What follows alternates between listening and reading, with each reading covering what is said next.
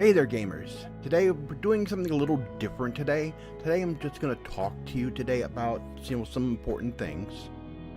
The last episode I did, which is the one about Frozen Bubble, I talked about my vision. Now, I got 2200 vision, which basically means I am classified as what's called legally blind.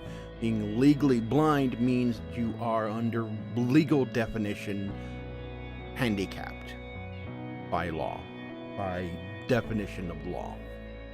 And I've had this problem since I was born. My mother had some kind of serious flu when I was still in the womb, and it affected me, and I was born with severe eye problems. I have astigmatism, which causes my eye muscles to wobble. I have a lazy eye here in this eye, and this eye has much worse vision than this one, which is the one I favor the most. And also my eyes have a unusual shape. They're like shaped like a football instead of a ball, the way they're supposed to be. So I have tried contacts, which I cannot wear.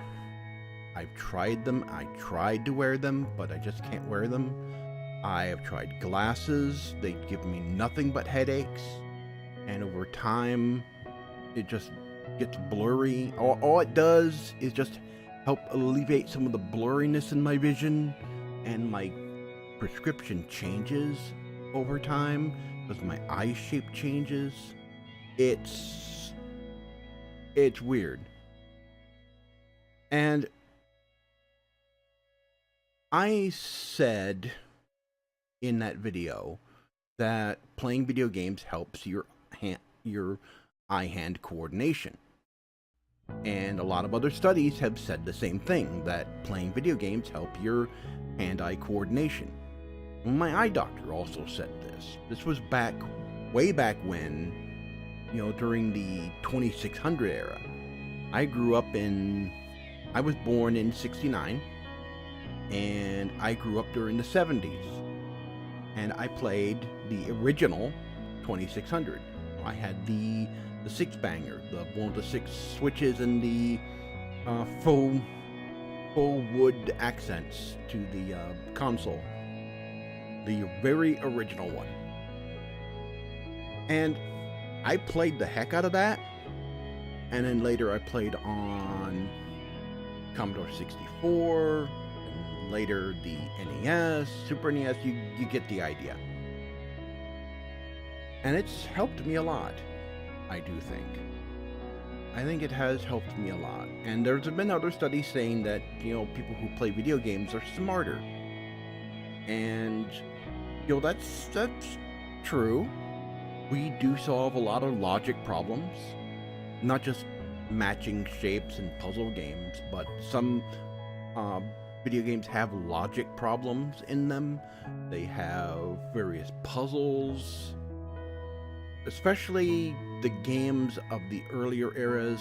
Games today have gotten a little easier, but there are some from today that have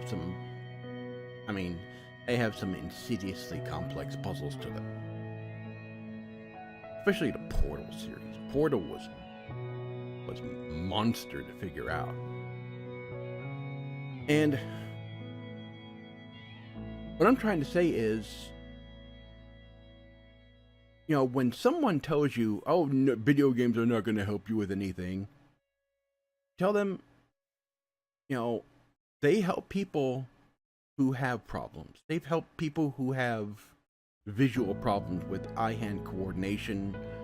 And, typically those of us who play games and play the kinds of games where you have to solve complex puzzles, complex logic puzzles, matching puzzles, things of that nature, it does help us. We learn when it's fun. That's why standardized tests and all these things in schools aren't working, because they're taking the fun out of school. That's why gamification is becoming such a big thing in education now. Because in order for you to learn, you have to make it fun. And if you make it fun, it's easier to learn. And that's something that these schools that are focusing on nothing but conformity, nothing on but standardized testing, standardized curriculums, have forgotten. Not everyone learns the same way. Not everyone learns the same way. Everyone learns differently. They're trying to make everyone the same, and you can't. You just can't. Is why the whole SJW argument of trying to make everybody the same is a bunch of BS. Because you can't. I mean, if you get rid of what makes us different,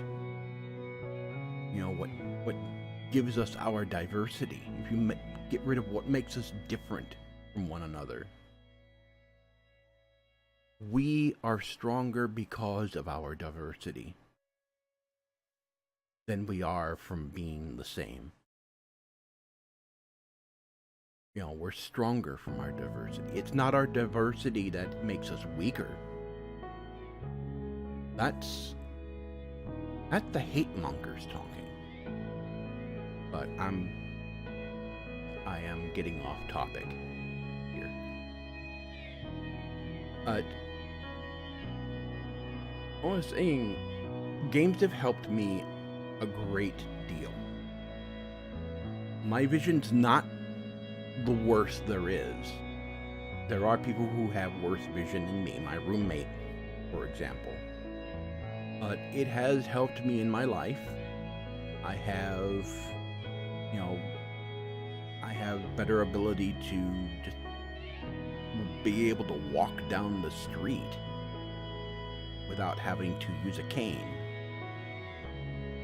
for instance. Being able to do some basic work. Before, when I was younger, before I started playing video games, I would be downtown in Detroit with my mom, and I ran face first into a building. We were down there next to one of the old bank buildings down there, and I ran right into it. And I had glasses on and everything. Now, I'm not saying that video games made my vision better. I would say video games have actually helped me to be able to notice things better. Because, my vision, when you look through your eyes, your vision is not always uniform. When the image goes to your brain from your eyes, from your retina, your brain will automatically fill in spaces that your eyes don't cover.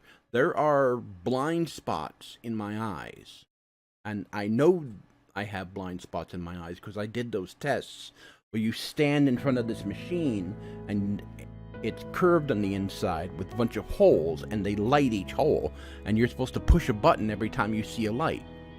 Well, I didn't see a light half the time.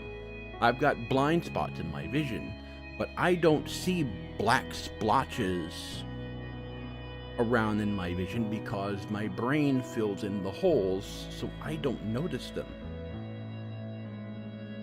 Or they just seem a little more blurry than usual in certain places, like right around down in here. It's not as clear as seeing stuff here. Right here, I'm moving my fingers. If you have 20/20 vision, perfect vision, you'd be seeing your fingers moving. I'm seeing mostly vague, blurry right here. Whereas right here, I can see my eyes, I can see my fingers perfectly. More, I know something's moving. It's vague shape. Right here. Right here I can see it. Right here I can see it. Right here I can see it. Right here, I can't see. I can see my fingers as they come into view, but my hand itself, I don't see it. It's more, it's difficult to describe exactly what it looks like to me. Difficult to describe.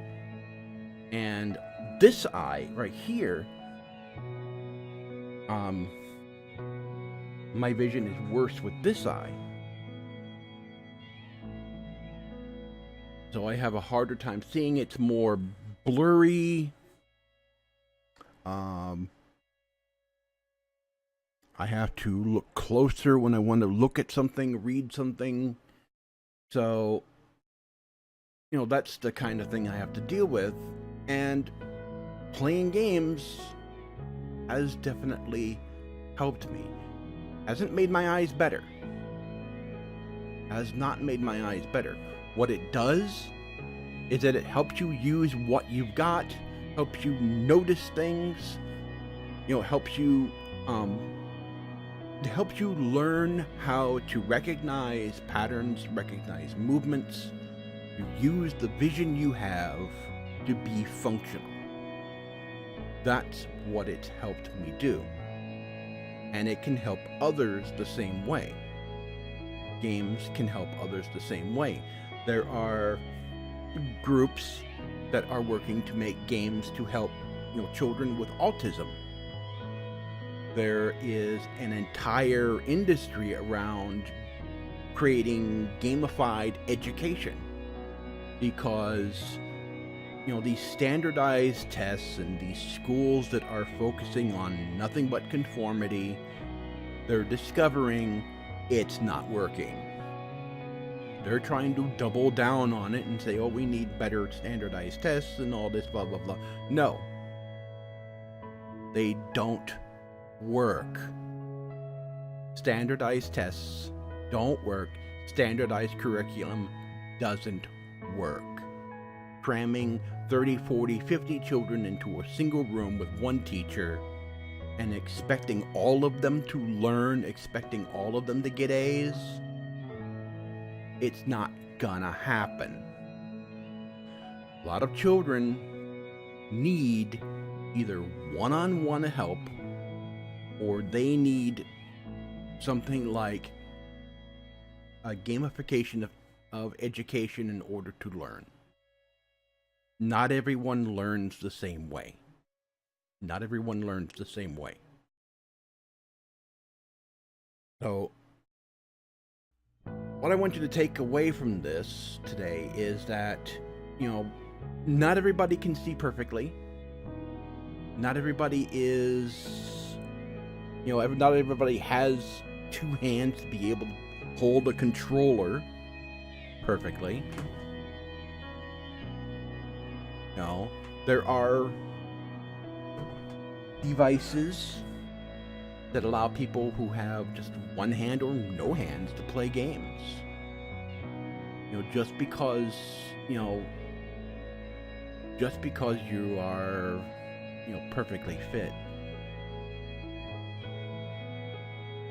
or you're not perfectly fit, doesn't mean that you can't enjoy playing video games either. And I know I'm rambling on, but I thought I needed to get this message out to all of you to let you know that, games are something that everyone can enjoy, whether or not you are, you're perfectly fit or you are handicapped. It's the one thing that we can all share together. And I think that's probably the biggest message that I wanted to give you all today. So, next time we'll go back to the games. I'm not sure what we're going to do. Something interesting. So I'll see you next time, and thank you for watching.